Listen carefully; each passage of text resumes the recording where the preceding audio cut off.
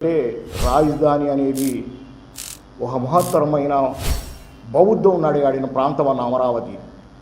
రాజధాని గొప్ప ఉద్యమం అన్న జగనన్న ప్రపంచ చరిత్రలో స్వాతంత్రానికి ముందు స్వాతంత్రం తర్వాత ఒక ప్రధాని కానీ మంత్రి కానీ ముఖ్యమంత్రి కానీ అడగగానే జగనన్న స్వాతంత్రానికి ముందు కానీ స్వాతంత్రం తర్వాత కానీ ఒక రాజును కానీ ఒక ముఖ్యమంత్రి కానీ ప్రధాని కానీ నమ్మి ఇంతవరకు ప్రపంచ చరిత్రలో స్వచ్ఛందంగా రైతులు వచ్చి 33,000 ఎకరాలు ఇచ్చిన దాఖలాలు లేవన్నా. ఇది చరిత్ర అన్న.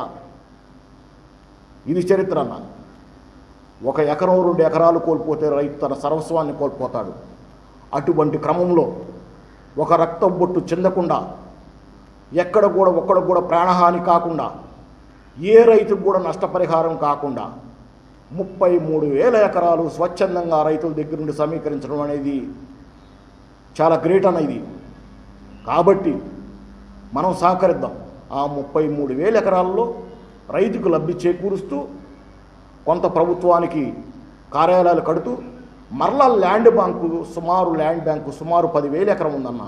అది ప్రభుత్వ ఆస్తి, ప్రజల ఆస్తి అన్న. అలాంటి బృహత్తర కార్యక్రమాన్ని మనం సహకరిద్దాం. వీళ్ళ పిచ్చి మాటలు నమ్మకుండా రాజధాని విషయంలో మీరు విఘ్నతతో తెలివిగా వ్యవహరించండి అన్న. ఇలాంటి అలానే